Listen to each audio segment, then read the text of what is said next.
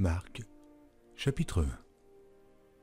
Commencement de l'évangile de Jésus-Christ, Fils de Dieu. Selon ce qui est écrit dans Ésaïe le prophète, « Voici, j'envoie devant toi mon messager, qui préparera ton chemin. C'est la voix de celui qui crie dans le désert. Préparez le chemin du Seigneur, aplanissez ses sentiers. » Jean parut baptisant dans le désert et prêchant le baptême de repentance pour la rémission des péchés. Tout le pays de Judée et tous les habitants de Jérusalem se rendaient auprès de lui, et confessant leurs péchés, ils se faisaient baptiser par lui dans le fleuve du Jourdain. Jean avait un vêtement de poil de chameau et une ceinture de cuir autour des reins. Il se nourrissait de sauterelles et de miel sauvage. Il prêchait, disant « Il vient après moi celui qui est plus puissant que moi, et je ne suis pas digne de délier en me baissant la courroie de ses souliers. Moi, je vous ai baptisé d'eau, lui vous baptisera du Saint-Esprit. » En ce temps-là, Jésus vint de Nazareth en Galilée, et il fut baptisé par Jean dans le Jourdain. Au moment où il sortait de l'eau, il vit les cieux s'ouvrir et l'Esprit descendre sur lui comme une colombe. Et une voix fit entendre des cieux ces paroles, « Tu es mon Fils bien-aimé, en toi j'ai mis toute mon affection. » Aussitôt l'Esprit poussa Jésus dans le désert, où il passa 40 jours, tenté par Satan. Il était avec les bêtes sauvages, et les anges le servaient. Après que Jean eut été livré, Jésus alla dans la Galilée prêchant l'évangile de Dieu. Il disait « Le temps est accompli, et le royaume de Dieu est proche. Repentez-vous et croyez à la bonne nouvelle. » Comme il passait le long de la mer de Galilée, il vit Simon et André, frères de Simon, qui jetaient un filet dans la mer, car ils étaient pêcheurs. Jésus leur dit « Suivez-moi, et je vous ferai pêcheurs d'hommes. » Aussitôt ils laissèrent leur filet et le suivirent. Étant allé un peu plus loin, il vit Jacques, fils de Zébédée, et Jean, son frère, qui eux aussi étaient dans une barque et réparaient les filets. Aussitôt il les appela, et, laissant leur père Zébédée dans la barque avec les ouvriers, ils le suivirent. Ils se rendirent à Capernaum, et, le jour du Shabbat, Jésus entra d'abord dans la synagogue, et il enseigna. Ils étaient frappés de sa doctrine, car il enseignait comme ayant autorité, et non pas comme les scribes. Il se trouva dans leur synagogue un homme qui avait un esprit impur et qui s'écria « Qu'y a-t-il entre nous et toi, Jésus de Nazareth? Es-tu venu ici pour nous perdre? Je sais qui tu es le Saint de Dieu. » Jésus le menaça, disant « Tais-toi et sors de cet homme. » Et l'esprit impur sortit de cet homme, en l'agitant avec violence et en poussant un grand cri. Tous furent saisis de stupéfaction de sorte qu'ils se demandaient les uns aux autres « Qu'est-ce que ceci? Une nouvelle doctrine ?» Il commande avec autorité même aux esprits impurs et lui obéissent. Et sa renommée se répandit aussitôt dans tous les lieux environnants de la Galilée. En sortant de la synagogue, ils se rendirent avec Jacques et Jean à la maison de Simon et d'André. La belle-mère de Simon était couchée ayant la fièvre, et aussitôt on parla d'elle à Jésus. S'étant approché, il la fit lever en lui prenant la main, et à l'instant la fièvre la quitta. Puis elle les servit. Le soir, après le coucher du soleil, on lui amena tous les malades et les démoniaques, et toute la ville était rassemblée devant sa porte. Il guérit beaucoup de gens qui avaient diverses maladies. Il chassa aussi beaucoup de démons, et il ne permettait pas aux démons de parler parce qu'ils le connaissaient. Vers le matin, pendant qu'il faisait encore très sombre, il se leva et sortit pour aller dans un lieu désert, où il pria.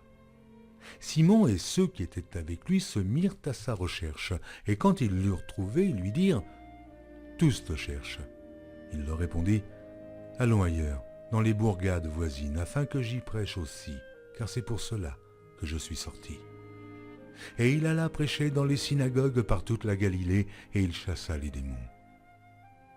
Un lépreux vint à lui, et se jetant à genoux, il lui dit d'un ton suppliant, « Si tu le veux, tu peux me rendre pur. » Jésus, ému de compassion, étendit la main, le toucha et dit « Je le veux, sois pur. » Aussitôt la lèpre le quitta et il fut purifié. Jésus le renvoya sur le champ avec de sévères recommandations et il lui dit « Garde-toi de rien dire à personne, mais va te montrer au sacrificateur et offre pour ta purification ce que Moïse a prescrit, afin que cela leur serve de témoignage. » Mais cet homme, s'en étant allé, se mit à publier hautement la chose et à la divulguer, de sorte que Jésus ne pouvait plus entrer publiquement dans une ville. Il se tenait dehors, dans des lieux déserts, où l'on venait à lui de toutes parts.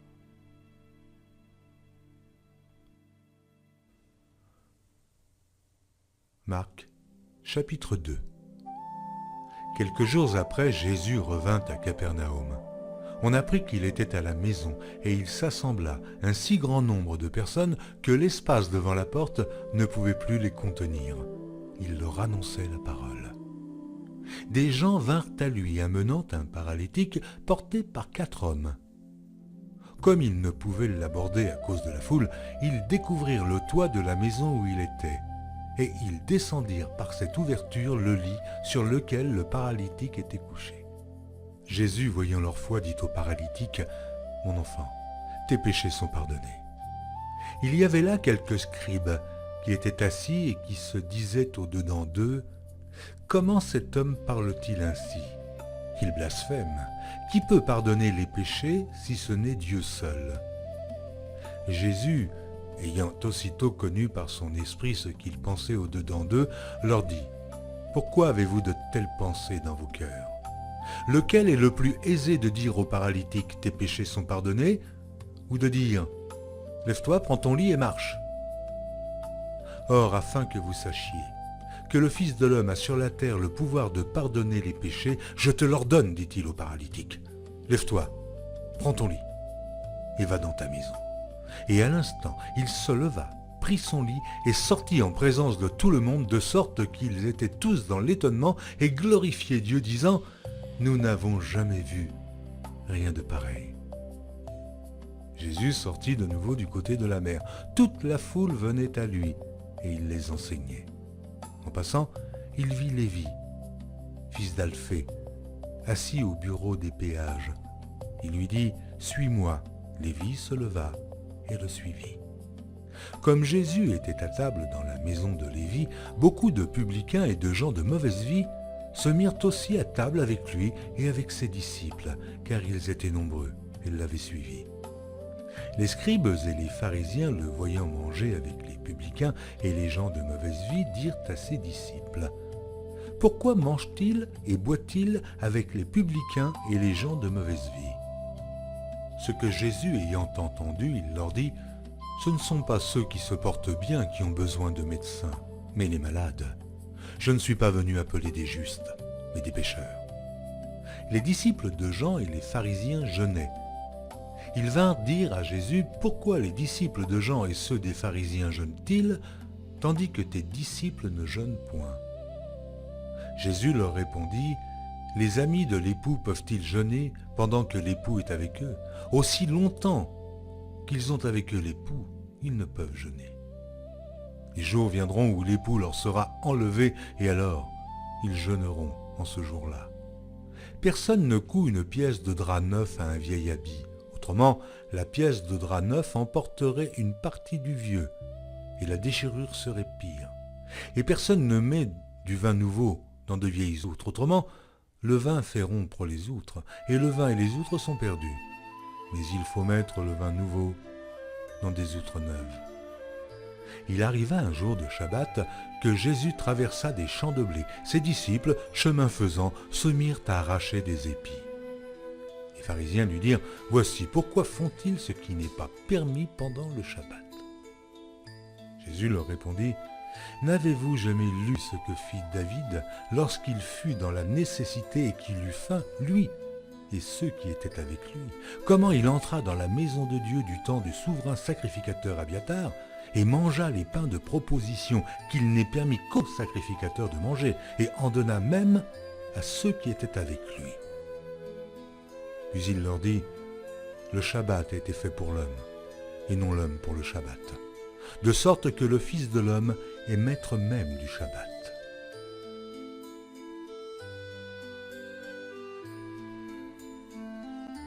Marc, chapitre 3. Jésus entra de nouveau dans la synagogue.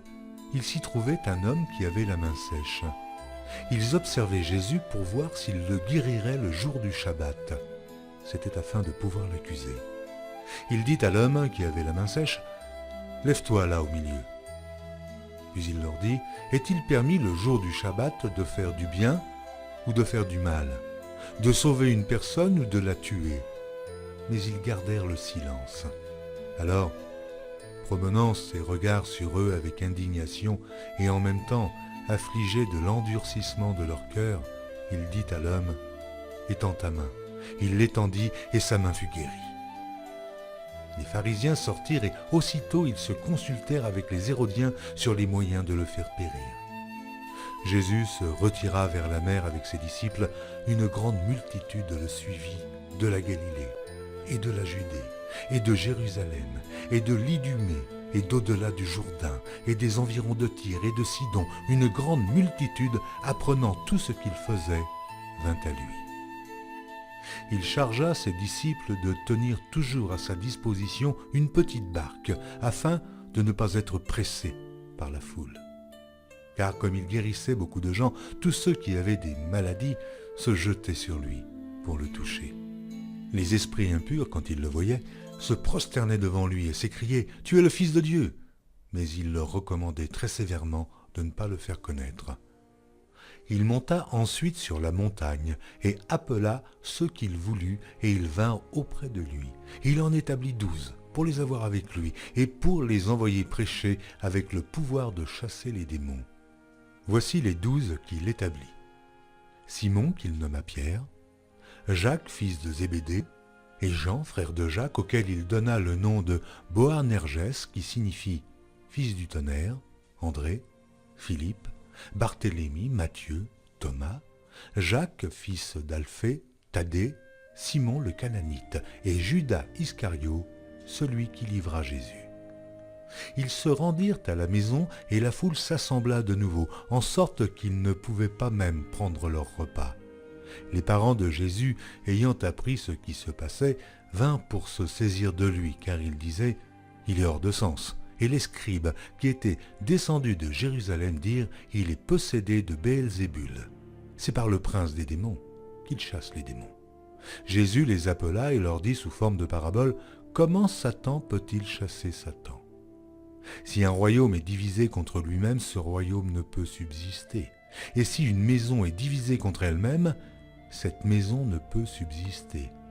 Si donc Satan se révolte contre lui-même, il est divisé et il ne peut subsister, mais c'en est fait de lui. Personne ne peut entrer dans la maison d'un homme fort et piller ses biens sans avoir auparavant lié cet homme fort. Alors il pillera sa maison. Je vous le dis en vérité, tous les péchés seront pardonnés aux fils des hommes et les blasphèmes qu'ils auront proférés. Mais quiconque blasphémera contre le Saint-Esprit n'obtiendra jamais de pardon. Il est coupable d'un péché éternel. Jésus parla ainsi parce qu'il disait « Il est possédé d'un esprit impur ». Survinrent sa mère et ses frères qui, se tenant dehors, l'envoyèrent appeler. La foule était assise autour de lui et on lui dit « Voici, ta mère et tes frères sont dehors et te demandent. » Et il répondit « Qui est ma mère? Et qui sont mes frères ?» Puis, jetant les regards sur ceux qui étaient assis autour de lui, « Voici, dit-il, ma mère et mes frères, car quiconque fait la volonté de Dieu, celui-là est mon frère, ma sœur et ma mère. »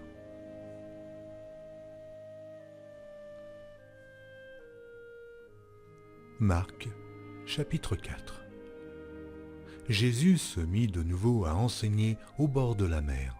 Une grande foule s'étant assemblée auprès de lui, il monta et s'assit dans une barque sur la mer. Toute la foule était à terre sur le rivage. Il leur enseigna beaucoup de choses en paraboles, et il leur dit dans son enseignement, « Écoutez, un semeur sortit pour semer. Comme il semait, une partie de la semence tomba le long du chemin. Les oiseaux vinrent et la mangèrent. Une autre partie tomba dans un endroit pierreux où elle n'avait pas beaucoup de terre. Elle leva aussitôt parce qu'elle ne trouva pas un sol profond, mais quand le soleil parut, elle fut brûlée et sécha, faute de racines. Une autre partie tomba parmi les épines montèrent et l'étouffèrent, et elle ne donna point de fruit. Une autre partie tomba dans la bonne terre, elle donna du fruit, qui montait et croissait, et elle rapportait 30, 60 et 100 pour un. Puis il dit, que celui qui a des oreilles pour entendre, entende. Lorsqu'il fut en particulier, ceux qui l'entouraient avec les 12 l'interrogèrent sur les paraboles. Il leur dit, « C'est à vous qu'a été donné le mystère du royaume de Dieu. Mais pour ceux qui sont dehors, tout se passe en paraboles, afin qu'en voyant, ils voient et n'aperçoivent point, et qu'en entendant, ils entendent et ne comprennent point, de peur qu'ils ne se convertissent et que les péchés ne leur soient pardonnés. » Il leur dit encore, « Vous ne comprenez pas ces paraboles. Comment donc comprendrez-vous toutes les paraboles? Le semeur sème la parole. Les uns sont le long du chemin où la parole est semée. Quand ils l'ont entendue, aussitôt Satan vient et enlève la parole qui a été semée en eux. Les autres, pareillement, reçoivent la semence dans les endroits pierreux. Quand ils entendent la parole, ils la reçoivent d'abord avec joie, mais ils n'ont pas de racine en eux-mêmes. Ils manquent de persistance, et dès que survient une tribulation ou une persécution à cause de la parole, ils y trouvent une occasion de chute. D'autres reçoivent la semence parmi les épines. Ce sont ceux qui entendent la parole, mais en qui les soucis du siècle, la séduction des richesses et l'invasion des autres convoitises étouffent la parole et la rendent infructueuse. D'autres reçoivent la semence dans la bonne terre. Ce sont ceux qui entendent la parole, la reçoivent et portent du fruit, 30, 60 et 100 pour un. Il leur dit encore, « Apporte-t-on la lampe pour la mettre sous le boisseau ou sous le lit? N'est-ce pas pour la mettre sur le chandelier? Car il n'est rien de caché qui ne doive être découvert, rien de secret qui ne doive être mis au jour. Si quelqu'un a des oreilles pour entendre, qu'il entende. » Il leur dit encore, « Prenez garde à ce que vous entendez. On vous mesurera avec la mesure dont vous vous serez servi, et on y ajoutera pour vous.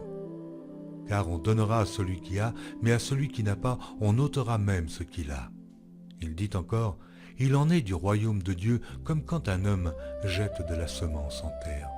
Qu'il dorme ou qu'il veille, nuit et jour, la semence germe et croît, sans qu'il sache comment. La terre produit d'elle-même d'abord l'herbe, puis l'épi, puis le grain tout formé dans l'épi, et dès que le fruit est mûr, on y met la faucille, car la moisson est là. » Il dit encore, « À quoi comparerons-nous le royaume de Dieu, ou par quelle parabole le représenterons-nous? Il est semblable à un grain de sénévé qui, lorsqu'on le sème en terre, est la plus petite de toutes les semences qui sont sur la terre. Mais lorsqu'il a été semé, il monte, devient plus grand que tous les légumes et pousse de grandes branches, en sorte que les oiseaux du ciel peuvent habiter sous son ombre. C'est par beaucoup de paraboles de ce genre qu'il leur annonçait la parole, selon qu'ils étaient capables de l'entendre. Il ne leur parlait point sans parabole, mais, en particulier, il expliquait tout à ses disciples. Ce même jour, sur le soir, Jésus leur dit, « Passons à l'autre bord. » Après avoir renvoyé la foule, ils l'emmenèrent dans la barque où il se trouvait.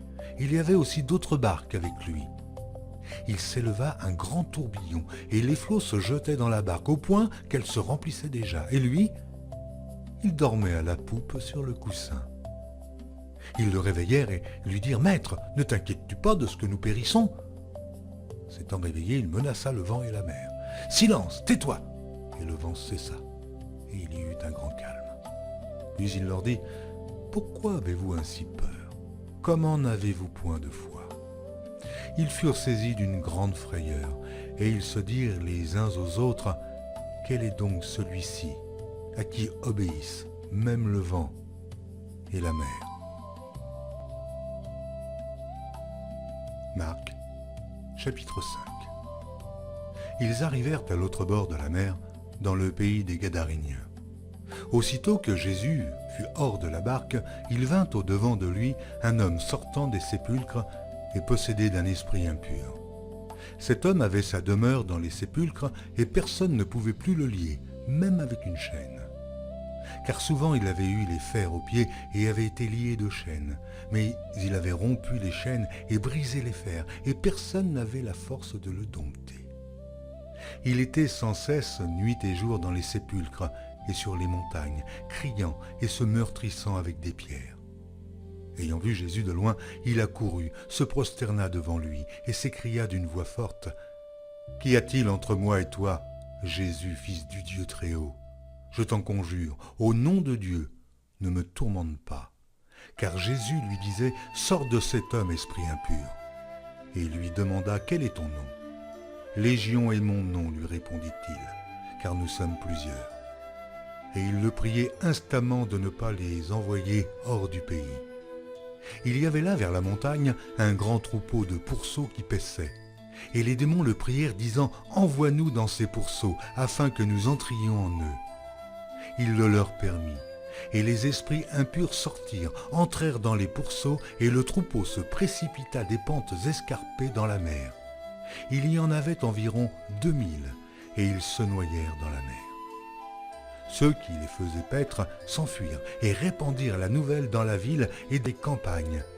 Les gens allèrent voir ce qui était arrivé. Ils vinrent auprès de Jésus, et ils virent le démoniaque, celui qui avait eu la légion, assis, vêtu et dans son bon sens, et ils furent saisis de frayeur. Ceux qui avaient vu ce qui s'était passé leur racontèrent ce qui était arrivé au démoniaque et au pourceau. Alors il se mit à supplier Jésus de quitter leur territoire. Comme il montait dans la barque, celui qui avait été démoniaque lui demanda la permission de rester avec lui. Jésus ne lui permit pas, mais il lui dit, « Va dans ta maison, vers les tiens, et raconte-leur tout ce que le Seigneur t'a fait et comment il a eu pitié de toi. » Il s'en alla et se mit à publier dans la Décapole tout ce que Jésus avait fait pour lui, et tous furent dans l'étonnement. Jésus, dans la barque, regagna l'autre rive où une grande foule s'assembla près de lui. Il était au bord de la mer. Alors vint un des chefs de la synagogue, nommé Jaïrus, qui, l'ayant aperçu, se jeta à ses pieds et lui adressa cette instante prière. « Ma petite fille est à l'extrémité, viens, impose-lui les mains, afin qu'elle soit sauvée et qu'elle vive. » Jésus s'en alla avec lui, et une grande foule le suivait et le pressait. Or, il y avait une femme atteinte d'une perte de sang depuis 12 ans.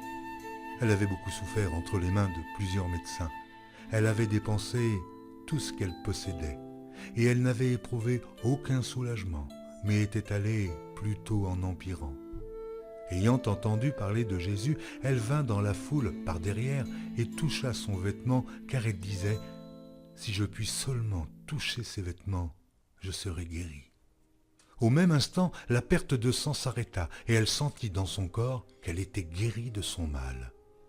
Jésus connut aussitôt en lui-même qu'une force était sortie de lui, et, se retournant au milieu de la foule, il dit, « Qui a touché mes vêtements ?» Ses disciples lui dirent, « Tu vois la foule qui te presse et tu dis qui m'a touché ?» Et il regardait autour de lui pour voir celle qui avait fait cela. La femme, effrayée et tremblante, sachant ce qui s'était passé en elle, vint se jeter à ses pieds et lui dit toute la vérité. Mais Jésus lui dit, « Ma fille, ta foi t'a sauvée. Va en paix et sois guérie de ton mal. » Comme il parlait encore, survinrent de chez le chef de la synagogue des gens qui dirent, « Ta fille est morte, pourquoi importuner davantage le maître ?» Mais Jésus, sans tenir compte de ces paroles, dit au chef de la synagogue, « Ne crains pas, crois seulement. » Et il ne permit à personne de l'accompagner, si ce n'est à Pierre, à Jacques et à Jean, frère de Jacques. Ils arrivèrent à la maison du chef de la synagogue, où Jésus vit une foule bruyante et des gens qui pleuraient, qui poussaient de grands cris. Il entra et leur dit, « Pourquoi faites-vous du bruit et pourquoi pleurez-vous ? L'enfant n'est pas morte, mais elle dort. » Et ils se moquaient de lui. Alors, Ayant fait sortir tout le monde, il prit avec lui le père et la mère de l'enfant et ceux qui l'avaient accompagné, et il entra où était l'enfant. Il la saisit par la main et lui dit « Talitha Koumi », ce qui signifie « Jeune fille, lève-toi, je te le dis ». Aussitôt la jeune fille se leva et se mit à marcher, car elle avait 12 ans, et ils furent dans un grand étonnement. Jésus leur adressa de fortes recommandations pour que personne ne sût la chose, et il dit qu'on donna à manger à la jeune fille. Marc, chapitre 6. Jésus partit de là et se rendit dans sa patrie. Ses disciples le suivirent. Quand le Shabbat fut venu, il se mit à enseigner dans la synagogue. Beaucoup de gens qui l'entendirent étaient étonnés et disaient « D'où lui viennent ces choses? Quelle est cette sagesse qui lui a été donnée? Et comment de tels miracles se font-ils par ses mains? N'est-ce pas le charpentier, le fils de Marie, le frère de Jacques, de José, de Jude et de Simon? Et ses sœurs ne sont-elles pas ici parmi nous ?» Et il était pour eux une occasion de chute. Mais Jésus leur dit « Un prophète n'est méprisé que dans sa patrie, parmi ses parents et dans sa maison. Il ne put faire là aucun miracle, si ce n'est qu'il imposa les mains à quelques malades et les guérit. » Et ils s'étonnaient de leur incrédulité. Jésus parcourait les villages d'alentour en enseignant. Alors il appela les 12 et il commença à les envoyer 2 à 2 en leur donnant pouvoir sur les esprits impurs. Il leur prescrivit de ne rien prendre pour le voyage, si ce n'est un bâton, de n'avoir ni pain, ni sac, ni monnaie dans la ceinture, de chausser des sandales et de ne pas revêtir de tunique. Puis il leur dit « Dans quelque maison que vous entriez, restez-y jusqu'à ce que vous partiez de ce lieu, et s'il y a quelque part des gens qui ne vous reçoivent ni ne vous écoutent, retirez-vous de là et secouez la poussière de vos pieds afin que cela leur serve de témoignage. » Ils partirent et ils prêchèrent la repentance. Ils chassaient beaucoup de démons et ils oignaient d'huile beaucoup de malades et les guérissaient. Le roi Hérode entendit parler de Jésus dont le nom était devenu célèbre et il dit « Jean-Baptiste est ressuscité des morts. » Et c'est pour cela qu'il se fait par lui des miracles. D'autres disaient « C'est Élie » et d'autres disaient « C'est un prophète, comme l'un des prophètes. » Mais Hérode, en apprenant cela, disait « Ce Jean que j'ai fait décapiter, c'est lui qui est ressuscité. » Car Hérode lui-même avait fait arrêter Jean et l'avait fait lier en prison à cause d'Hérodias, femme de Philippe, son frère, parce qu'il l'avait épousée et que Jean lui disait « Il ne t'est pas permis d'avoir la femme de ton frère. » Hérodias était irritée contre Jean et voulait le faire mourir, mais elle ne le pouvait, car Hérode craignait Jean, le connaissant pour un homme juste et saint. Il le protégeait et après l'avoir entendu, il était souvent perplexe et l'écoutait avec plaisir. Cependant, un jour propice arriva lorsque Hérode, à l'anniversaire de sa naissance, donna un festin assez grand aux chefs militaires et aux principaux de la Galilée. La fille d'Hérodias entra dans la salle. Elle dansa et plut à Hérode et à ses convives. Le roi dit à la jeune fille « Demande-moi ce que tu voudras et je te le donnerai. » Il ajouta avec serment « Ce que tu me demanderas, je te le donnerai.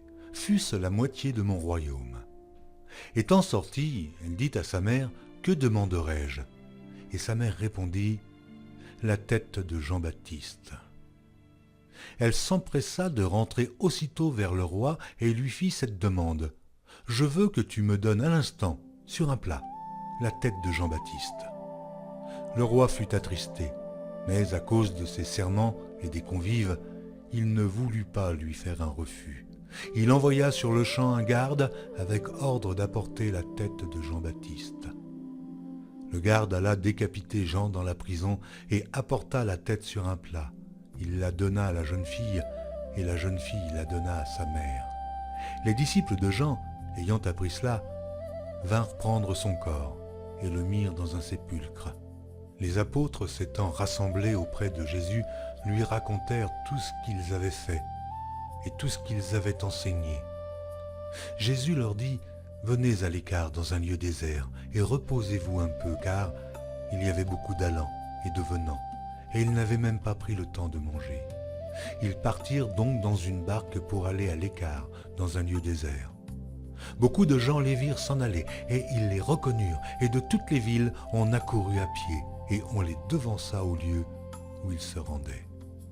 Quand il sortit de la barque, Jésus vit une grande foule et fut ému de compassion pour eux, parce qu'ils étaient comme des brebis qui n'ont point de berger, et il se mit à leur enseigner beaucoup de choses. Comme l'heure était déjà avancée, ses disciples s'approchèrent de lui et dirent « Ce lieu est désert, et l'heure est déjà avancée.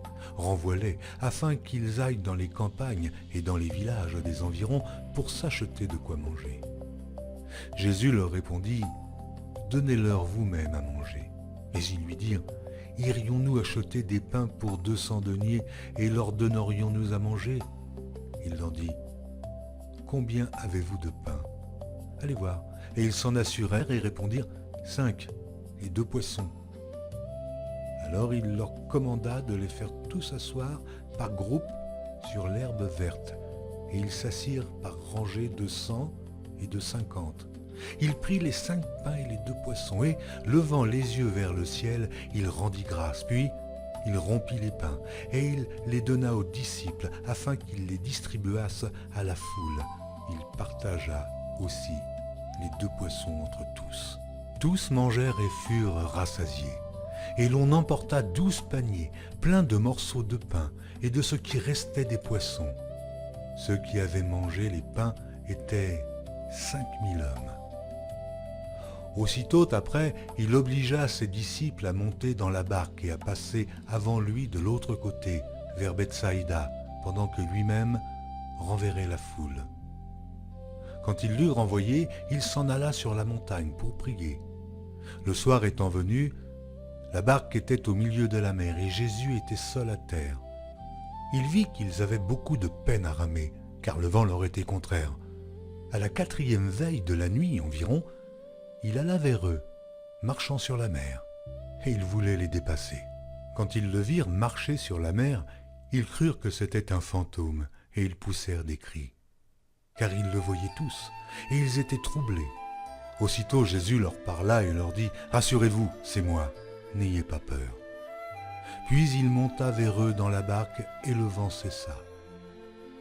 Ils furent en eux-mêmes tous stupéfaits et remplis d'étonnement, car ils n'avaient pas compris le miracle des pains parce que leur cœur était endurci. Après avoir traversé la mer, ils vinrent dans le pays de Génézareth, et ils abordèrent.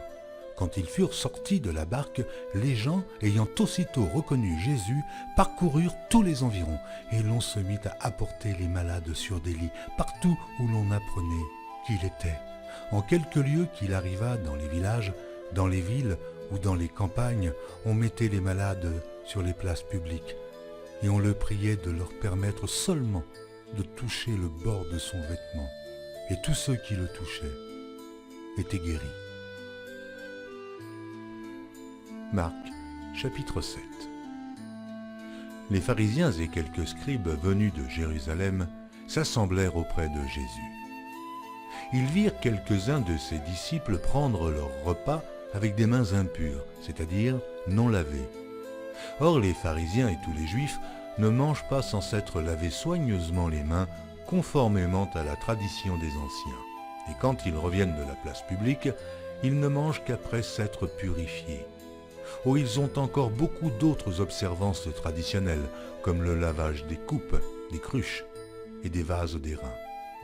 Et les pharisiens et les scribes lui demandèrent « Pourquoi tes disciples ne suivent-ils pas la tradition des anciens, mais prennent-ils leur repas avec des mains impures ?»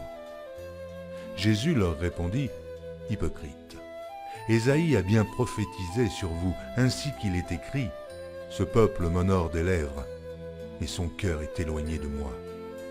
C'est en vain qu'il m'honore, en donnant des préceptes qui sont des commandements d'hommes. Vous abandonnez le commandement de Dieu et vous observez la tradition des hommes. » Il leur dit encore, « Vous anéantissez fort bien le commandement de Dieu pour garder votre tradition, car Moïse a dit, « Honore ton père et ta mère. » Et celui qui maudira son père ou sa mère sera puni de mort.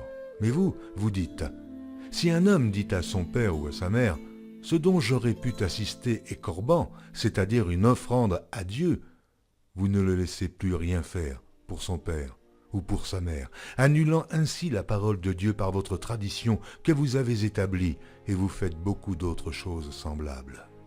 Ensuite, ayant de nouveau appelé la foule à lui, il lui dit, « Écoutez-moi tous et comprenez. Il n'est hors de l'homme rien qui, entrant en lui, puisse le souiller. Mais ce qui sort de l'homme, c'est ce qui le souille.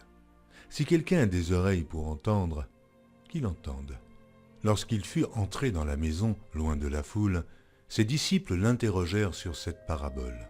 Il leur dit, « Vous aussi, êtes-vous donc sans intelligence? Ne comprenez-vous pas que rien de ce qui du dehors entre dans l'homme ne peut le souiller? Car cela n'entre pas dans son cœur, mais dans son ventre, puis s'en va dans des lieux secrets, qui purifient tous les aliments. » Il dit encore, « Ce qui sort de l'homme, c'est ce qui souille l'homme. Car c'est du dedans, c'est du cœur des hommes que sortent les mauvaises pensées, les adultères, les impudicités, les meurtres, les vols, les cupidités, les méchancetés, la fraude, le dérèglement, le regard envieux, la calomnie, l'orgueil, la folie.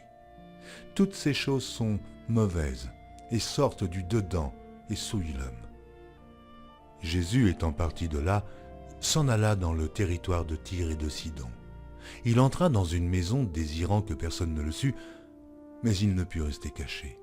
Car une femme, dont la fille était possédée d'un esprit impur, entendit parler de Jésus et vint se jeter à ses pieds. Cette femme était grecque, syro-phénicienne d'origine. Elle le pria de chasser le démon hors de sa fille. Jésus lui dit, « Laisse d'abord les enfants se rassasier, car il n'est pas bien de prendre le pain des enfants et de le jeter aux petits chiens. »« Oui, Seigneur, lui répondit-elle, mais les petits chiens, sous la table, mangent les miettes des enfants. » Alors il lui dit, « À cause de cette parole, va, le démon est sorti de ta fille. » Et, quand elle rentra dans sa maison, elle trouva l'enfant couché sur le lit. Le démon était sorti. Jésus quitta le territoire de Tyr et revint par Sidon vers la mer de Galilée en traversant le pays de la Décapole. On lui amena un sourd qui avait de la difficulté à parler et on le pria de lui imposer les mains. Il le prit à part, loin de la foule, lui mit les doigts dans les oreilles et lui toucha la langue avec sa propre salive. Puis, levant les yeux au ciel, il soupira et dit « Ephata », c'est-à-dire « Ouvre-toi ». Ainsi ses oreilles s'ouvrirent, sa langue se délia, et il parla très bien. Jésus leur recommanda de n'en parler à personne, mais plus il le leur recommanda, plus ils le publièrent. Ils étaient dans le plus grand étonnement et disaient « Il fait tout à merveille. Même il fait entendre les sourds et parler les muets. »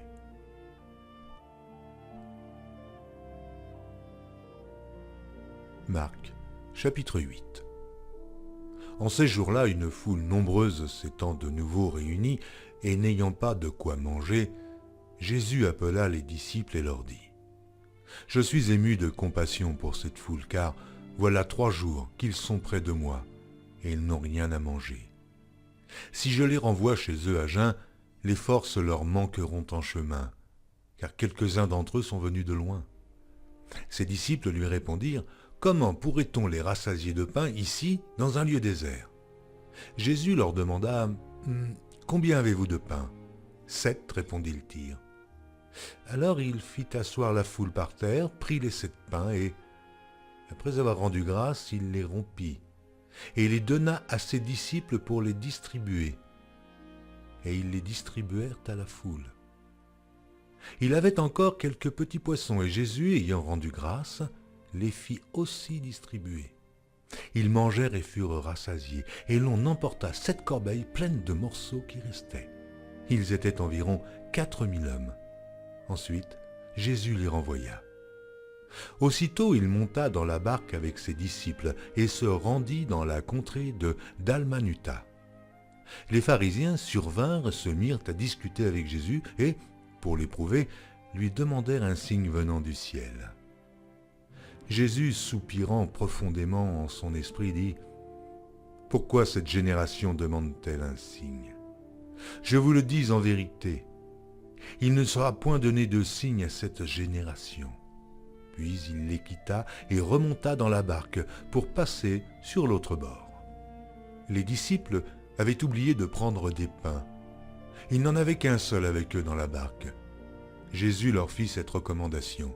« Gardez-vous avec soin du levain des pharisiens et du levain d'Hérode. » Les disciples raisonnaient entre eux et disaient « C'est parce que nous n'avons pas de pain. » Jésus, l'ayant connu, leur dit « Pourquoi raisonnez-vous sur ce que vous n'avez pas de pain?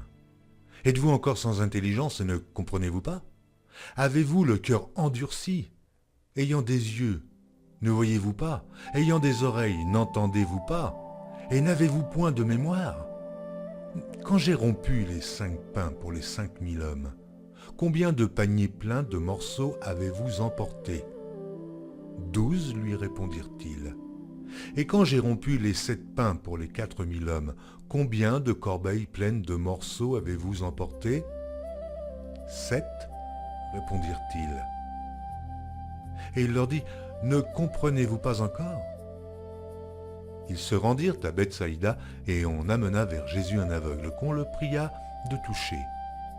Il prit l'aveugle par la main et le conduisit hors du village, puis il lui mit de la salive sur les yeux, lui imposa les mains et lui demanda s'il voyait quelque chose.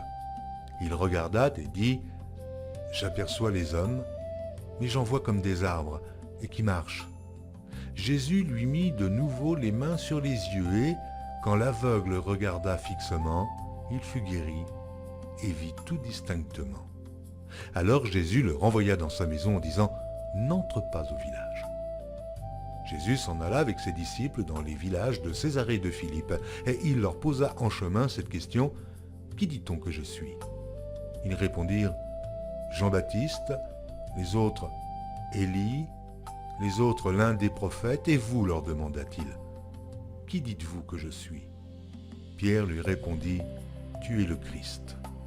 Jésus leur recommanda sévèrement de ne dire cela de lui à personne.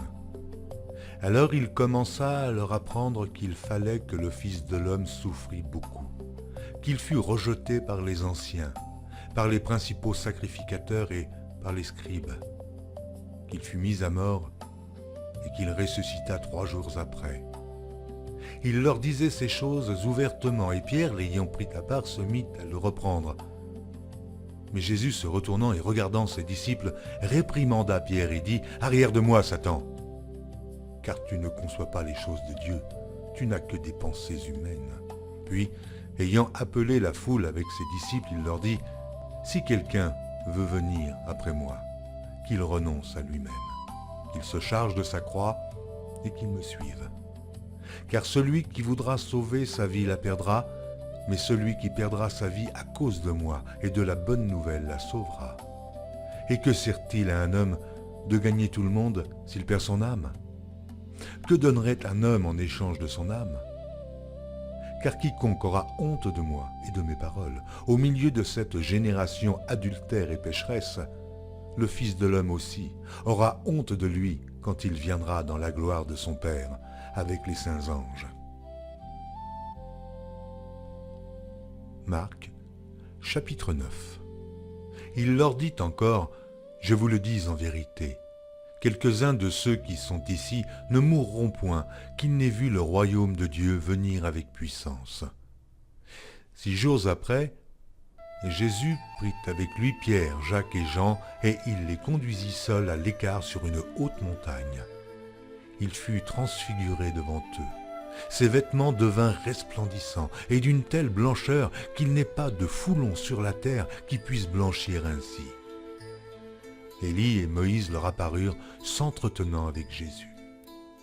Pierre, prenant la parole, dit à Jésus, « Rabbi, il est bon que nous soyons ici. Dressons 3 tentes, une pour toi, une pour Moïse et une pour Élie, car ils ne savaient que dire, l'effroi les ayant saisis. » une nuée vint les couvrir, et de la nuée sortit une voix. Celui-ci est mon fils bien-aimé, écoutez-le. Aussitôt les disciples regardèrent tout autour, et ils ne virent que Jésus, seul, avec eux. Comme ils descendaient de la montagne, Jésus leur recommanda de ne dire à personne ce qu'ils avaient vu, jusqu'à ce que le Fils de l'homme fût ressuscité des morts. Ils retinrent cette parole, se demandant entre eux ce que c'est que ressusciter des morts. Les disciples lui firent cette question. Pourquoi les scribes disent-ils qu'il faut qu'Élie vienne premièrement? Il leur répondit, Élie viendra premièrement et rétablira toutes choses. Et pourquoi est-il écrit du Fils de l'homme qu'il doit souffrir beaucoup et être méprisé? Mais je vous dis qu'Élie est venu, et qu'ils l'ont traité comme ils ont voulu, selon ce qu'il est écrit de lui. Lorsqu'ils furent arrivés près des disciples, ils virent autour d'eux une grande foule et des scribes qui discutaient avec eux. Dès que la foule vit Jésus, elle fut surprise et accourut pour le saluer. Il leur demanda « Sur quoi discutez-vous avec eux ?» Et un homme de la foule lui répondit « Maître, j'ai amené auprès de toi mon fils qui est possédé d'un esprit muet. En quelque lieu qu'il le saisisse, il le jette par terre. L'enfant écume, grince des dents et devient tout raide. J'ai prié tes disciples de chasser l'esprit, et ils n'ont pas pu. Race d'incrédules, leur dit Jésus, jusques à quand serai-je avec vous? Jusques à quand vous supporterai-je? Amenez-le-moi. On le lui amena. Et aussitôt que l'enfant vit Jésus, l'esprit l'agita avec violence. Il tomba par terre et se roulait en écumant.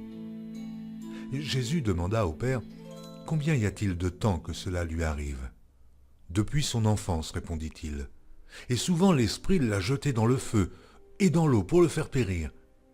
Mais si tu peux quelque chose, viens à notre secours, aie compassion de nous. » Jésus lui dit, « Si tu peux, mais tout est possible à celui qui croit. » Aussitôt le père et l'enfant s'écria, « Je crois, viens au secours de mon incrédulité. » Jésus, voyant accourir la foule, menaça l'esprit impur et lui dit, « Esprit muet et sourd, je te l'ordonne, sors de cet enfant et n'y entre plus. » Et il sortit en poussant des cris et en l'agitant avec une grande violence. L'enfant devint comme mort, de sorte que plusieurs disaient qu'il était mort. Mais Jésus, l'ayant pris par la main, le fit lever. Il se tint debout.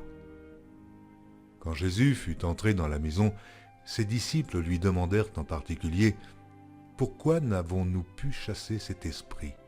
Et il leur dit « Cette espèce-là ne peut sortir que par la prière. » Ils partirent de là et traversèrent la Galilée.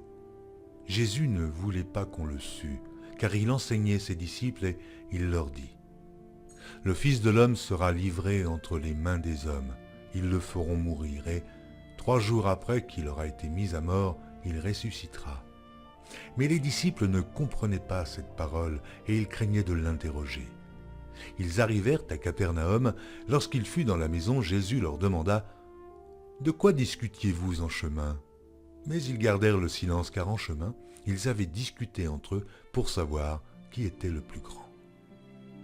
Alors il s'assit, appela les 12 et leur dit « Si quelqu'un veut être le premier, il sera le dernier de tous et le serviteur de tous. » Il prit un petit enfant, le plaça au milieu d'eux, et l'ayant pris dans ses bras, il leur dit « Quiconque reçoit en mon nom un de ces petits enfants me reçoit moi-même, et quiconque me reçoit, reçoit non pas moi, mais celui qui m'a envoyé. » Jean lui dit « Maître, nous avons vu un homme qui chasse les démons en ton nom, et nous l'en avons empêché parce qu'il ne nous suit pas. » « Ne l'en empêchez pas, répondit Jésus, car il n'est personne qui, faisant un miracle en mon nom, puisse aussitôt après parler mal de moi. Qui n'est pas contre nous est pour nous. Et quiconque vous donnera à boire un verre d'eau en mon nom parce que vous appartenez à Christ, je vous le dis en vérité, il ne perdra point sa récompense. Mais si quelqu'un scandalisait un de ces petits qui croient, il vaudrait mieux pour lui qu'on lui mît au cou une grosse meule de moulin et qu'on le jetât dans la mer. Si ta main est pour toi une occasion de chute, coupe-la. Mieux vaut pour toi entrer manchot dans la vie que d'avoir les deux mains et d'aller dans la géhenne, dans le feu qui ne s'éteint point. Et si ton pied est pour toi une occasion de chute, coupe-le. Mieux vaut pour toi entrer boiteux dans la vie que d'avoir les deux pieds et d'être jeté dans la géhenne, dans le feu qui ne s'éteint point. Et si ton œil est pour toi une occasion de chute, arrache-le. Mieux vaut pour toi entrer dans le royaume de Dieu n'ayant qu'un œil, que d'avoir deux yeux et d'être jeté dans la géhenne, où leur ver ne meurt point, et où le feu ne s'éteint point. Car tout homme sera salé de feu. Le sel est une bonne chose. Mais si le sel devient sans saveur, avec quoi l'assaisonnerez-vous? Ayez du sel en vous-même, et soyez en paix les uns avec les autres. Marc, chapitre 10. Jésus étant parti de là se rendit dans le territoire de la Judée, au-delà du Jourdain. La foule s'assembla de nouveau près de lui et selon sa coutume, il se mit encore à l'enseigner. Les pharisiens l'abordèrent et pour l'éprouver, ils lui demandèrent s'il est permis à un homme de répudier sa femme.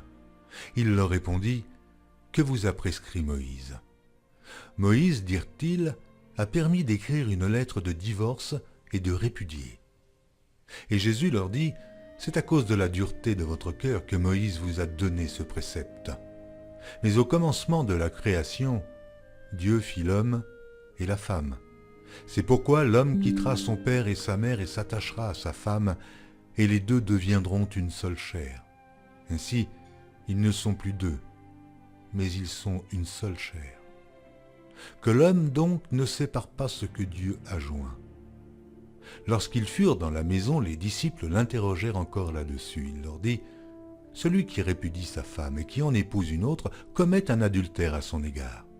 Et si une femme quitte son mari et en épouse un autre, elle commet un adultère. » On lui amena des petits-enfants afin qu'il les touchât, mais les disciples reprirent ceux qui les amenaient.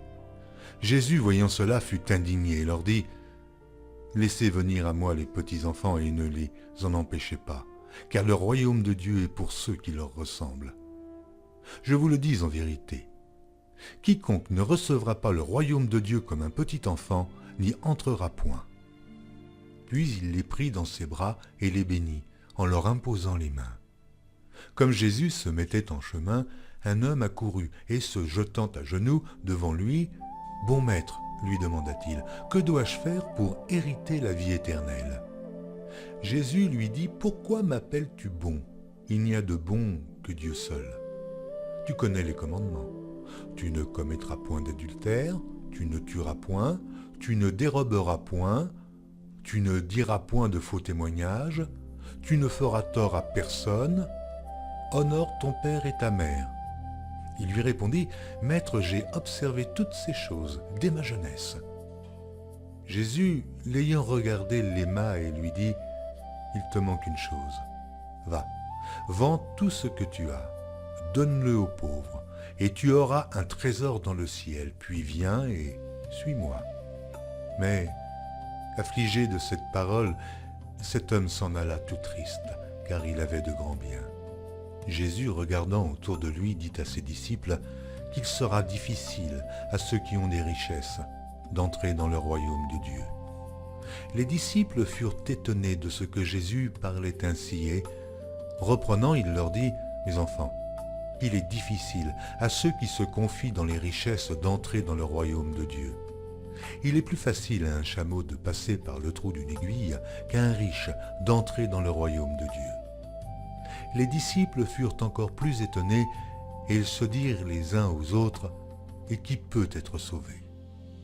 Jésus les regarda et dit, « Cela est impossible aux hommes, mais non à Dieu, car tout est possible à Dieu. » Pierre se mit à lui dire, « Voici, nous avons tout quitté et nous t'avons suivi. » Jésus répondit, « Je vous le dis en vérité, il n'est personne qui, ayant quitté à cause de moi et à cause de la bonne nouvelle sa maison, ou ses frères, ou ses sœurs, ou sa mère, ou son père, ou ses enfants, ou ses terres, ne reçoive au centuple présentement dans ce siècle-ci des maisons des frères, des sœurs, des mères, des enfants et des terres, avec des persécutions, et, dans le siècle à venir, la vie éternelle.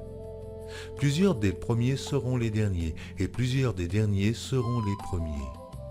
Ils étaient en chemin pour monter à Jérusalem, et Jésus allait au-devant d'eux. Les disciples étaient troublés, ils le suivaient avec crainte. Et Jésus prit de nouveau les 12 auprès de lui, et commença à leur dire ce qui devait lui arriver. Voici, nous montons à Jérusalem et le Fils de l'homme sera livré aux principaux sacrificateurs et aux scribes.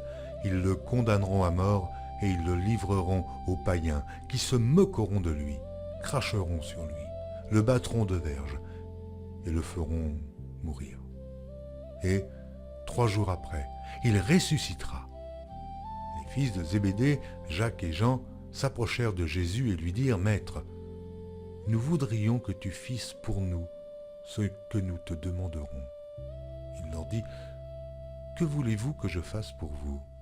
« Accorde-nous, lui dirent-ils, d'être assis l'un à ta droite et l'autre à ta gauche, quand tu seras dans la gloire. » Jésus leur répondit « Vous ne savez ce que vous demandez.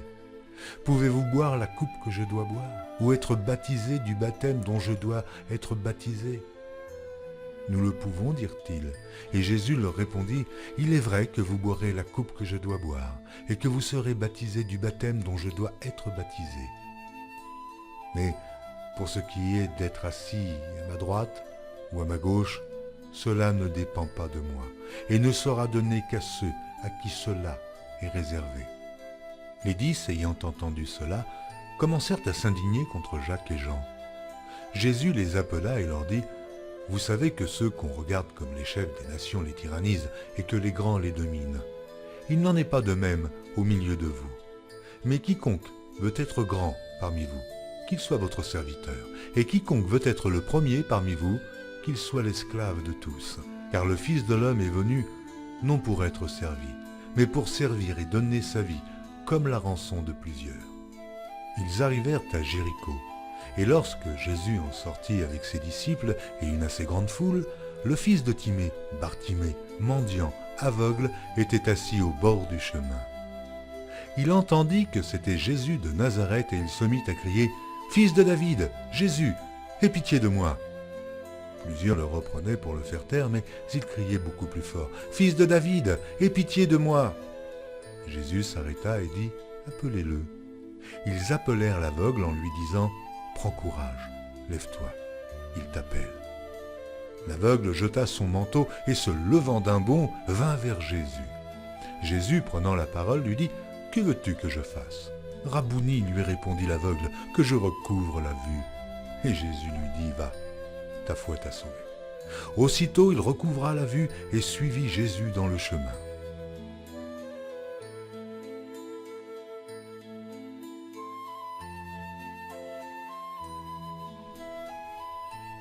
Marc, chapitre 11. Lorsqu'ils approchèrent de Jérusalem et qu'il fut près de Bethphagée et de Béthanie, vers la montagne des Oliviers, Jésus envoya 2 de ses disciples, en leur disant « Allez au village qui est devant vous, dès que vous y serez entrés, vous trouverez un ânon attaché sur lequel aucun homme ne s'est encore assis. Détachez-le et amenez-le. Si quelqu'un vous dit « Pourquoi faites-vous cela ?» répondez « Le Seigneur en a besoin, et à l'instant, il le laissera venir ici. » Les disciples, étant allés, trouvèrent l'ânon attaché dehors, près d'une porte, au contour du chemin, et ils le détachèrent. Quelques-uns de ceux qui étaient là leur dirent « Mais que faites-vous? Pourquoi détachez-vous cet ânon ?» Ils répondirent comme Jésus l'avait dit, et on les laissa aller. Ils amenèrent à Jésus l'ânon, sur lequel ils jetèrent leurs vêtements, et Jésus s'assit dessus. Beaucoup de gens étendirent leurs vêtements sur le chemin, et d'autres des branches qu'ils coupèrent dans les champs. Ceux qui précédaient et ceux qui suivaient Jésus criaient « Hosanna, béni soit celui qui vient au nom du Seigneur, béni soit le règne qui vient, le règne de David notre Père, Hosanna dans les lieux très hauts. » Jésus entra à Jérusalem dans le temple. Quand il eut tout considéré, comme il était déjà tard, il s'en alla à Béthanie avec les 12. Le lendemain, après qu'ils furent sortis de Béthanie, Jésus eut faim. Apercevant de loin un figuier qui avait des feuilles, il alla voir s'il y trouverait quelque chose, et, S'en étant approché, il ne trouva que des feuilles, car ce n'était pas la saison des figues. Prenant alors la parole, il lui dit « Que jamais personne ne mange de ton fruit. » Et ses disciples l'entendirent. Ils arrivèrent à Jérusalem, et Jésus entra dans le temple, et il se mit à chasser ceux qui vendaient et qui achetaient dans le temple. Il renversa les tables des changeurs et les sièges des vendeurs de pigeons, et ne laissant personne transporter aucun objet à travers le temple. Et il enseignait et disait, n'est-il pas écrit ? Ma maison sera appelée une maison de prière pour toutes les nations, mais vous en avez fait une caverne de voleurs. Les principaux sacrificateurs et les scribes, l'ayant entendu, cherchèrent les moyens de le faire périr, car ils craignaient, parce que toute la foule était frappée de sa doctrine. Quand le soir fut venu, Jésus sortit de la ville. Le matin, en passant, les disciples virent le figuier séché jusqu'aux racines.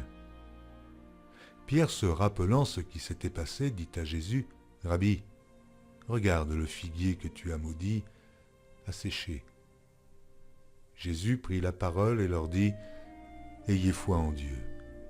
Je vous le dis en vérité, si quelqu'un dit à cette montagne, « Ôte-toi de là et jette-toi dans la mer », et s'il ne doute point en son cœur, mais croit que ce qu'il a dit arrive, il le verra s'accomplir.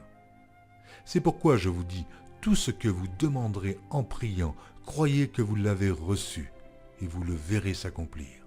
Et, lorsque vous êtes debout, faisant votre prière, si vous avez quelque chose contre quelqu'un, pardonnez, afin que votre Père qui est dans les cieux vous pardonne aussi vos offenses. Mais si vous ne pardonnez pas, votre Père qui est dans les cieux ne vous pardonnera pas non plus vos offenses. » Ils se rendirent de nouveau à Jérusalem et, pendant que Jésus se promenait dans le temple, les principaux sacrificateurs et les scribes et les anciens vinrent à lui et lui dirent « Par quelle autorité fais-tu ces choses? Et qui t'a donné l'autorité de les faire ?» Jésus leur répondit « Je vous adresserai aussi une question. Répondez-moi, et je vous dirai par quelle autorité je fais ces choses. Le baptême de Jean, venait-il du ciel ou des hommes? Répondez-moi. » Mais ils raisonnèrent ainsi entre eux. Si nous répondons du ciel, il dira, « Pourquoi donc n'avez-vous pas cru en lui ?» Et si nous répondons des hommes, ils craignaient le peuple, car tous tenaient réellement Jean pour un prophète. Alors ils répondirent à Jésus, « Nous ne savons. » Et Jésus leur dit, « Moi non plus. Je ne vous dirai pas par quelle autorité je fais ces choses. »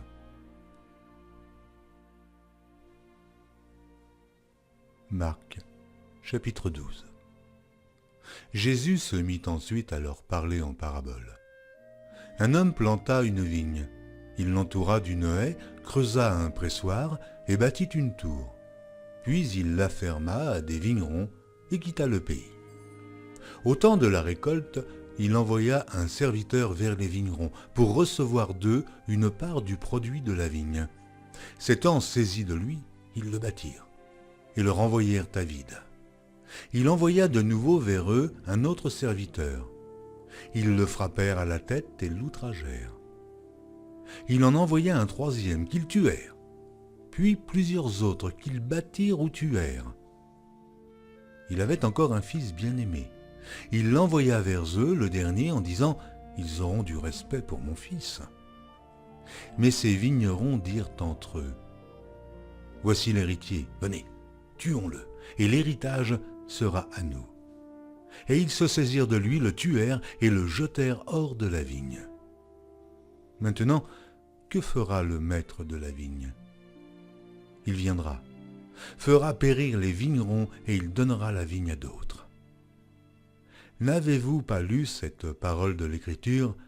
La pierre qu'ont rejetée ceux qui bâtissaient est devenue la principale de l'angle. C'est par la volonté du Seigneur qu'elle l'est devenue. Et c'est un prodige à nos yeux? Ils cherchaient à se saisir de lui, mais ils craignaient la foule. Ils avaient compris que c'était pour eux que Jésus avait dit cette parabole, et ils le quittèrent et s'en allèrent. Ils envoyèrent auprès de Jésus quelques-uns des pharisiens et des hérodiens, afin de le surprendre par ses propres paroles. Et ils vinrent lui dire, « Maître, nous savons que tu es vrai, et que tu ne t'inquiètes de personne, car tu ne regardes pas à l'apparence des hommes, et tu enseignes la voie de Dieu selon la vérité. Est-il permis ou non de payer le tribut à César? Devons-nous payer ou ne pas payer ?» Jésus, connaissant leur hypocrisie, leur répondit, « Pourquoi me tentez-vous? Apportez-moi un denier afin que je le voie. » Ils en apportèrent un, et Jésus leur demanda, « De qui sont cette effigie et cette inscription? » « De César, lui répondirent-ils. Alors il leur dit, « Rendez à César ce qui est à César, et à Dieu ce qui est à Dieu. » Et ils furent à son égard dans l'étonnement. Les Sadducéens, qui disent qu'il n'y a point de résurrection, vinrent auprès de Jésus et lui firent cette question, « Maître, voici ce que Moïse nous a prescrit. Si le frère de quelqu'un meurt et laisse une femme sans avoir d'enfant, son frère épousera sa veuve et suscitera une postérité à son frère. Or, il y avait 7 frères. Le premier se maria et mourut sans laisser de postérité. Le second prit la veuve pour femme et mourut sans laisser de postérité. Et il en fut de même du troisième, et aucun des 7 ne laissa de postérité. Après eux tous, la femme mourut aussi. À la résurrection, duquel d'entre eux sera-t-elle la femme, car les 7 l'ont eue pour femme? Jésus leur répondit, « N'êtes-vous pas dans l'erreur parce que vous ne comprenez ni les Écritures, ni la puissance de Dieu? Car, à la résurrection des morts, les hommes ne prendront point de femmes, ni les femmes de mari, mais ils seront comme les anges dans les cieux. Pour ce qui est de la résurrection des morts, n'avez-vous pas lu dans le livre de Moïse ce que Dieu lui dit à propos du buisson? Je suis le Dieu d'Abraham, le Dieu d'Isaac et le Dieu de Jacob. Dieu n'est pas Dieu des morts, mais des vivants. Vous êtes grandement dans l'erreur. » Un des scribes qui les avait entendus discuter, sachant que Jésus avait bien répondu aux Sadducéens, s'approcha et lui demanda, « Quel est le premier de tous les commandements ?»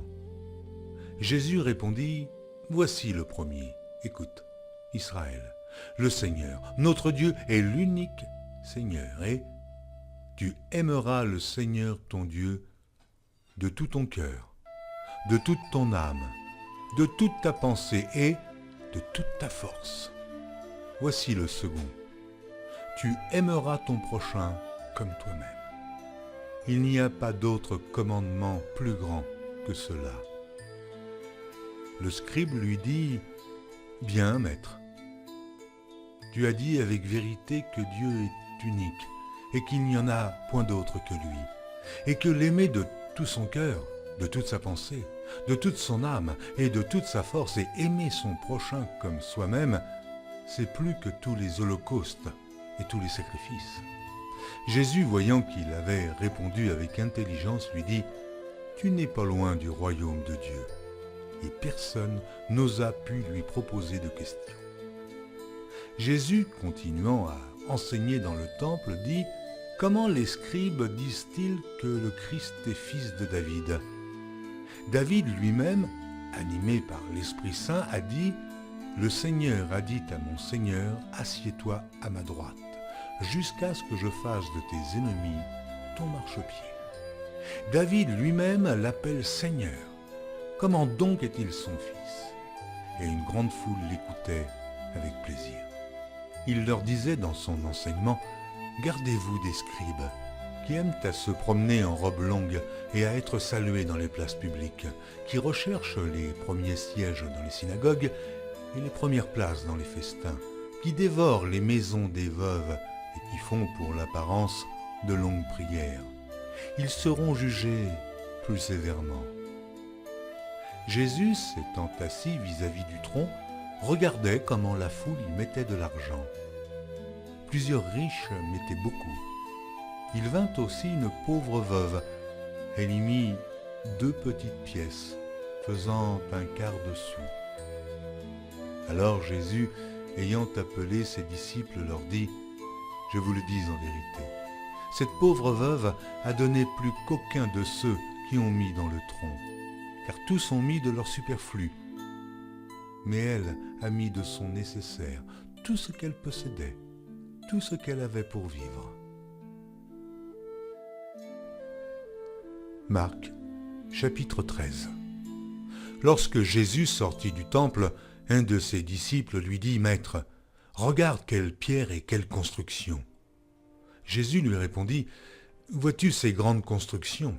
Il ne restera pas pierre sur pierre qui ne soit renversée. » Il s'assit sur la montagne des Oliviers en face du temple, et Pierre, Jacques, Jean et André lui firent en particulier cette question.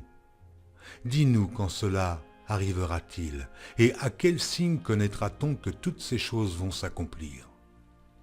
Jésus se mit alors à leur dire « Prenez garde que personne ne vous séduise, car plusieurs viendront sous mon nom disant « C'est moi », et ils séduiront beaucoup de gens. Quand vous entendrez parler de guerre et de bruit de guerre, ne soyez pas troublés, car il faut que ces choses arrivent, mais ce ne sera pas encore la fin. Une nation s'élèvera contre une nation et un royaume contre un royaume. Il y aura des tremblements de terre en divers lieux. Il y aura des famines. Ce ne sera que le commencement des douleurs. Prenez garde à vous-même. On vous livrera aux tribunaux et vous serez battus de verges dans les synagogues. Vous comparaîtrez devant des gouverneurs et devant des rois à cause de moi, pour leur servir de témoignage. Il faut premièrement que la bonne nouvelle soit prêchée à toutes les nations. Quand on vous emmènera pour vous livrer, ne vous inquiétez pas d'avance de ce que vous aurez à dire, mais dites ce qui vous sera donné à l'heure même, car ce n'est pas vous qui parlerez, mais l'Esprit Saint. Le frère livrera son frère à la mort et le père son enfant. Les enfants se soulèveront contre leurs parents et les feront mourir. Vous serez haïs de tous à cause de mon nom, mais celui qui persévérera jusqu'à la fin sera sauvé. Lorsque vous verrez l'abomination de la désolation établie là où elle ne doit pas être, que celui qui lit fasse attention. Alors que ceux qui seront en Judée fuient dans les montagnes. Que celui qui sera sur le toit ne descende pas et n'entre pas pour prendre quelque chose dans sa maison, et que celui qui sera dans les champs ne retourne pas en arrière pour prendre son manteau. Malheurs aux femmes qui seront enceintes et à celles qui allaiteront en ces jours-là. Priez pour que ces choses n'arrivent pas en hiver. Car la détresse en ces jours sera telle qu'il n'y en a point eu de semblable depuis le commencement du monde que Dieu a créé jusqu'à présent, et qu'il n'y en aura jamais. Et si le Seigneur n'avait abrégé ces jours, personne ne serait sauvé, mais il les a abrégés à cause des élus qu'il a choisis. Si quelqu'un vous dit alors le Christ est ici ou il est là, ne le croyez pas, car il s'élèvera de faux Christ et de faux prophètes. Ils feront des prodiges et des miracles pour séduire les élus, s'il était possible. Soyez sur vos gardes. Je vous ai tout annoncé d'avance. Mais, dans ces jours, après cette détresse, le soleil s'obscurcira, la lune ne donnera plus sa lumière, les étoiles tomberont du ciel, et les puissances qui sont dans les cieux seront ébranlées. Alors on verra le Fils de l'homme venant sur les nuées, avec une grande puissance et avec gloire. Alors, il enverra les anges, et il rassemblera les élus des quatre vents, de l'extrémité de la terre jusqu'à l'extrémité du ciel. Instruisez-vous par une comparaison tirée du figuier. Dès que ses branches deviennent tendres et que les feuilles poussent, vous connaissez que l'été est proche. De même, quand vous verrez ces choses arriver, sachez que le Fils de l'homme est proche, à la porte. Je vous le dis en vérité, cette génération ne passera point que tout cela n'arrive. Le ciel et la terre passeront, mais mes paroles ne passeront point. Pour ce qui est du jour ou de l'heure, personne ne le sait, ni les anges dans le ciel, ni le Fils, mais le Père seul. Prenez garde, veillez et priez, car vous ne savez quand ce temps viendra. Il en sera comme d'un homme qui, partant pour un voyage, laisse sa maison, remet l'autorité à ses serviteurs, indique à chacun sa tâche et ordonne au portier de veiller. Veillez donc, car vous ne savez quand viendra le maître de la maison, ou le soir, ou au milieu de la nuit, ou au chant du coq, ou le matin. Craignez qu'il ne vous trouve endormi à son arrivée soudaine. Ce que je vous dis, je le dis à tous. Veillez. Marc, chapitre 14. La fête de Pâques et des pains sans levain devait avoir lieu 2 jours après. Les principaux sacrificateurs et les scribes cherchaient les moyens d'arrêter Jésus par ruse et de le faire mourir. Car ils disaient que ce ne soit pas pendant la fête, afin qu'il n'y ait pas de tumulte parmi le peuple. Comme Jésus était à Béthanie, dans la maison de Simon le lépreux, une femme entra pendant qu'il se trouvait à table. Elle tenait un vase d'albâtre qui renfermait un parfum de nard pur de grand prix, et, ayant rompu le vase, elle répandit le parfum sur la tête de Jésus. Quelques-uns exprimèrent entre eux leur indignation. À quoi bon perdre ce parfum? On aurait pu le vendre plus de 300 deniers et de les donner aux pauvres. Et ils s'irritaient contre cette femme. Mais Jésus dit, « Laissez-la. Pourquoi lui faites-vous de la peine? Elle a fait une bonne action à mon égard. Car vous avez toujours les pauvres avec vous, et vous pouvez leur faire du bien quand vous voulez, mais vous ne m'avez pas toujours. Elle a fait ce qu'elle a pu. Elle a d'avance embaumé mon corps pour la sépulture. Je vous le dis en vérité, partout où la bonne nouvelle sera prêchée dans le monde entier, on racontera aussi en mémoire de cette femme ce qu'elle a fait. » Judas Iscario, l'un des 12, alla vers les principaux sacrificateurs afin de leur livrer Jésus. Après l'avoir entendu, ils furent dans la joie et promirent de lui donner de l'argent, et Judas cherchait une occasion favorable pour le livrer. Le premier jour des pains sans levain, où l'on immolait la Pâque, les disciples de Jésus lui dirent « Où veux-tu que nous allions te préparer la Pâque ?» Et il envoya 2 de ses disciples et leur dit « Allez à la ville, vous rencontrerez un homme portant une cruche d'eau, suivez-le. Quelque part qu'il entre, dit au maître de la maison, le maître dit « Où est le lieu où je mangerai la Pâque avec mes disciples ?» Et il vous montrera une grande chambre haute, meublée et toute prête. C'est là que vous nous préparerez la Pâque. Les disciples partirent, arrivèrent à la ville et trouvèrent les choses comme il le leur avait dit. Ils préparèrent la Pâque. Le soir étant venu, il arriva avec les 12. Pendant qu'ils étaient à table et qu'ils mangeaient, Jésus dit « Je vous le dis en vérité, l'un de vous qui mange avec moi me livrera. » Ils commencèrent à s'attrister et à lui dire l'un après l'autre « Est-ce moi ?» Il leur répondit « C'est l'un des 12 qui met avec moi la main dans le plat. Le Fils de l'homme s'en va selon ce qui est écrit de lui, mais malheur à l'homme par qui le Fils de l'homme est livré.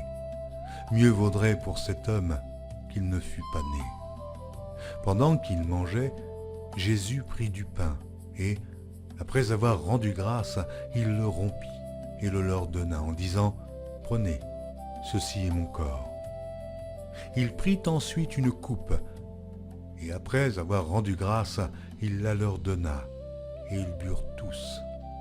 Et il leur dit, « Ceci est mon sang, le sang de l'alliance, qui est répandu pour plusieurs. Je vous le dis en vérité, je ne boirai plus jamais du fruit de la vigne jusqu'au jour où je le boirai nouveau dans le royaume de Dieu. » Après avoir chanté les cantiques, ils se rendirent à la montagne des Oliviers. Jésus leur dit, « Vous serez tous scandalisés, car il est écrit, « Je frapperai le berger, et les brebis seront dispersées, mais après que je serai ressuscité, je vous précéderai en Galilée. » Pierre lui dit, « Quand tous seraient scandalisés, je ne serai pas scandalisé. » Et Jésus lui dit, « Je te le dis en vérité, toi, aujourd'hui, cette nuit même, avant que le coq chante 2 fois, tu me renieras 3 fois. Mais Pierre reprit plus fortement, « Quand il me faudrait mourir avec toi, je ne te renierai pas. » Et tous dirent la même chose. Ils allèrent ensuite dans un lieu appelé Gethsémane, et Jésus dit à ses disciples, « Asseyez-vous ici, pendant que je prierai. » Il prit avec lui Pierre, Jacques et Jean, et il commença à éprouver de la frayeur et des angoisses. Il leur dit, « Mon âme est triste jusqu'à la mort. Restez ici et veillez. » Puis, ayant fait quelques pas en avant, il se jeta contre terre et pria que, s'il était possible, cette heure s'éloignât de lui. Il disait, « Abba, Père, toutes choses te sont possibles. Éloigne de moi cette coupe. Toutefois, non pas ce que je veux, mais ce que tu veux. » Et il vint vers les disciples qu'il trouva endormis. Et il dit à Pierre, « Simon, tu dors? Tu n'as pu veiller une heure? Veillez et priez afin que vous ne tombiez pas en tentation. L'esprit est bien disposé, mais la chair est faible. » Il s'éloigna de nouveau et fit la même prière. Il revint et les trouva encore endormis, car leurs yeux étaient appesantis. Ils ne surent que lui répondre. Il revint pour la troisième fois et leur dit, « Dormez maintenant et reposez-vous. C'est assez, l'heure est venue. Voici, le Fils de l'homme est livré aux mains des pécheurs. Levez-vous, allons. Voici celui qui me livre approche. » Et aussitôt, comme il parlait encore, arriva Judas, l'un des 12, et avec lui une foule armée d'épées et de bâtons, envoyée par les principaux sacrificateurs, par les scribes et par les anciens.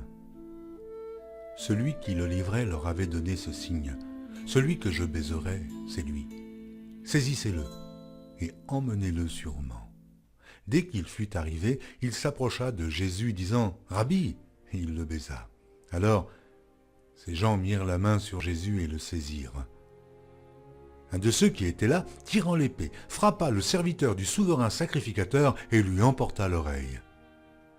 Jésus, prenant la parole, leur dit « Vous êtes venus comme après un brigand, avec des épées et des bâtons, pour vous emparer de moi.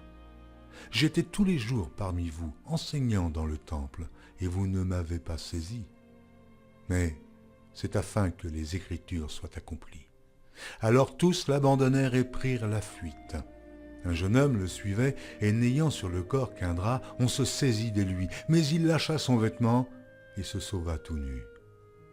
Ils emmenèrent Jésus chez le souverain sacrificateur, où s'assemblèrent tous les principaux sacrificateurs, les anciens et les scribes. Pierre le suivit de loin jusque dans l'intérieur de la cour du souverain sacrificateur. Il s'assit avec les serviteurs et il se chauffait près du feu. Les principaux sacrificateurs et tout le Sanhédrin cherchaient un témoignage contre Jésus pour le faire mourir. Et ils n'en trouvaient point, car plusieurs rendaient de faux témoignages contre lui, mais les témoignages ne s'accordaient pas. Quelques-uns se levèrent et portèrent un faux témoignage contre lui, disant « Nous l'avons entendu dire, je détruirai ce temple fait de main d'homme, et en 3 jours, j'en bâtirai un autre qui ne sera pas fait de main d'homme. » Et même sur ce point-là, leur témoignage ne s'accordait pas. Alors, le souverain sacrificateur, se levant au milieu de l'assemblée, interrogea Jésus et dit « Ne réponds-tu rien? Qu'est-ce que ces gens déposent contre toi ?» Jésus garda le silence et ne répondit rien. Le souverain sacrificateur l'interrogea de nouveau et lui dit « Es-tu le Christ, le Fils du Dieu béni ?» Jésus répondit « Je le suis, et vous verrez le Fils de l'homme assis à la droite de la puissance de Dieu et venant sur les nuées du ciel. » Alors le souverain sacrificateur déchira ses vêtements et dit « Qu'avons-nous encore besoin de témoins? Vous avez entendu le blasphème, que vous en semble ?»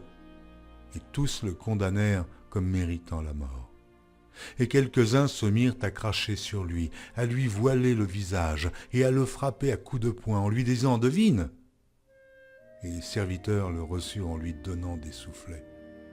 Pendant que Pierre était en bas dans la cour, il vint une des servantes du souverain sacrificateur. Voyant Pierre qui se chauffait, le regarda et lui dit « Toi aussi, tu étais avec Jésus de Nazareth. » Il le nia, disant « Je ne sais pas, je ne comprends pas ce que tu veux dire. » Puis il sortit pour aller dans le vestibule. Et le coq chanta. La servante, l'ayant vu, se mit de nouveau à dire à ceux qui étaient présents « Celui-ci est de ces gens-là. » Et il le nia de nouveau. Peu après, ceux qui étaient présents dirent encore à Pierre « Certainement, tu es de ces gens-là, car tu es galiléen. » Alors il commença à faire des imprécations et à jurer « Je ne connais pas cet homme dont vous parlez. » Aussitôt, pour la seconde fois, le coq chanta. Et Pierre se souvint de la parole que Jésus lui avait dite. « Avant que le coq chante 2 fois, tu me renieras 3 fois. » Et en y réfléchissant, il pleurait. Marc, chapitre 15. Dès le matin, les principaux sacrificateurs tinrent conseil avec les anciens et les scribes et tout le Sanhédrin, et après avoir lié Jésus, ils l'emmenèrent et le livrèrent à Pilate. Pilate l'interrogea. « Es-tu le roi des Juifs ?» Jésus lui répondit, « Tu le dis. » Les principaux sacrificateurs portaient contre lui plusieurs accusations. Pilate l'interrogea de nouveau, « Ne réponds-tu rien? Vois de combien de choses il t'accuse. » Et Jésus ne fit plus aucune réponse, ce qui étonna Pilate. À chaque fête, il relâchait un prisonnier, celui que demandait la foule.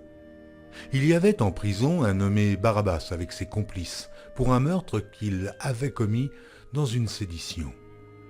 La foule, étant montée, se mit à demander ce qu'il avait coutume de leur accorder. Pilate leur répondit « Voulez-vous que je vous relâche le roi des Juifs ?» car il savait que c'était par envie que les principaux sacrificateurs l'avaient livré. Mais les chefs des sacrificateurs excitèrent la foule, afin que Pilate leur relâchât plutôt Barabbas. Pilate, reprenant la parole, leur dit « Que voulez-vous donc que je fasse de celui que vous appelez le roi des Juifs ?» Ils crièrent de nouveau « Crucifie-le » Pilate leur dit « Mais quel mal a-t-il fait ?» Et ils crièrent encore plus fort « Crucifie-le, crucifie-le » Pilate, voulant satisfaire la foule, leur relâcha Barabbas et, après avoir fait battre de verges Jésus, il leur livra pour être crucifié. Les soldats conduisirent Jésus dans l'intérieur de la cour, c'est-à-dire dans le prétoire, et ils assemblèrent toute la cohorte.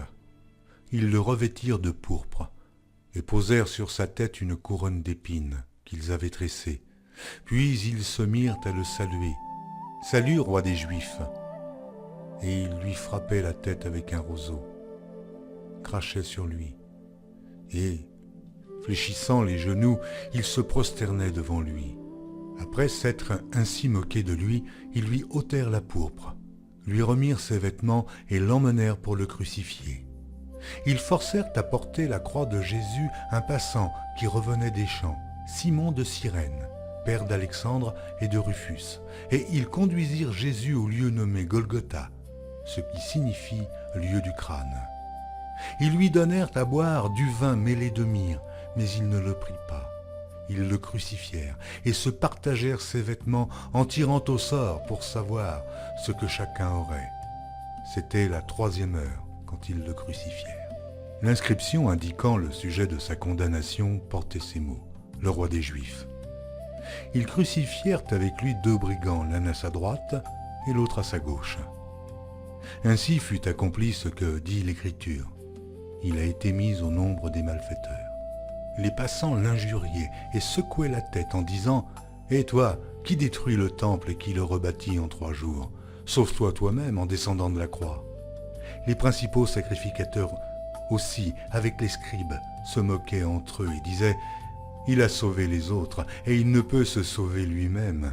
Que le Christ, le roi d'Israël, descende maintenant de la croix, afin que nous voyions et que nous croyions. » Ceux qui étaient crucifiés avec lui l'insultaient aussi.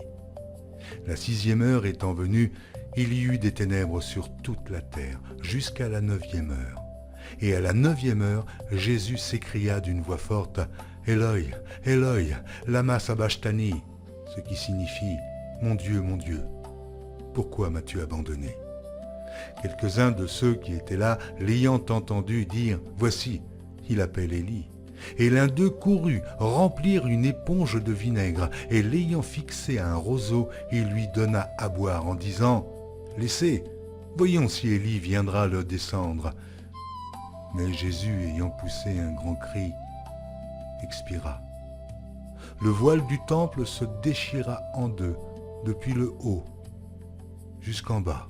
Le centenier qui était en face de Jésus, voyant qu'il avait expiré de la sorte, dit « Assurément, cet homme était fils de Dieu. » Il y avait aussi des femmes qui regardaient de loin.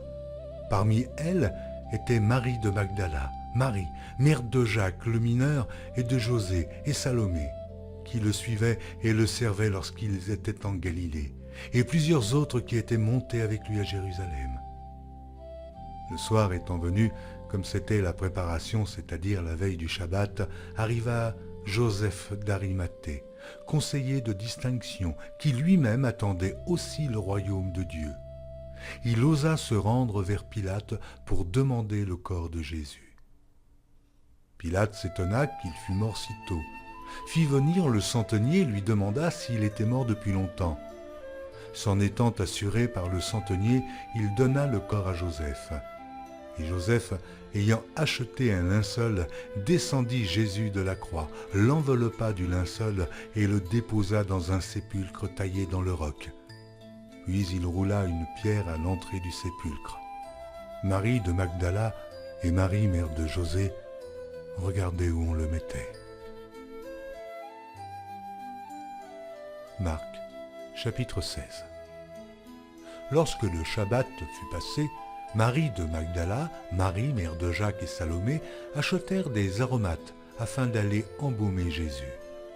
Le premier jour de la semaine, elles se rendirent au sépulcre de grand matin, comme le soleil venait de se lever.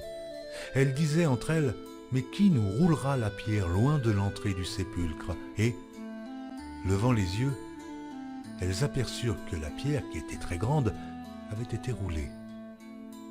Elles entrèrent dans le sépulcre, virent un jeune homme assis à droite vêtu d'une robe blanche, et elles furent épouvantées. Il leur dit, « Ne vous épouvantez pas, vous cherchez Jésus de Nazareth, qui a été crucifié. Il est ressuscité, il n'est point ici. Voici le lieu où on l'avait mis. Mais allez dire à ses disciples et à Pierre qu'il vous précède en Galilée. C'est là que vous le verrez, comme il vous l'a dit. » Elles sortirent du sépulcre et s'enfuirent. La peur et le trouble les avaient saisies. Et elles ne dirent rien à personne à cause de leur effroi. Jésus, étant ressuscité le matin du premier jour de la semaine, apparut d'abord à Marie de Magdala, de laquelle il avait chassé 7 démons. Elle alla emporter la nouvelle à ceux qui avaient été avec lui et qui s'affligeaient et pleuraient. Quand ils entendirent qu'il vivait et qu'elle l'avait vu, ils ne le crurent point. Après cela, il apparut sous une autre forme à 2 d'entre eux qui étaient en chemin pour aller à la campagne. Ils revinrent l'annoncer aux autres, qui ne les crurent pas non plus. Enfin, il apparut aux 11, pendant qu'ils étaient à table, et il leur reprocha leur incrédulité et la dureté de leur cœur, parce qu'ils n'avaient pas cru ceux qui l'avaient vu ressusciter. Puis il leur dit, « Allez par tout le monde, et prêchez la bonne nouvelle à toute la création. Celui qui croira et qui sera baptisé sera sauvé, mais celui qui ne croira pas sera condamné. Voici les miracles qui accompagneront ceux qui auront cru. En mon nom, ils chasseront les démons.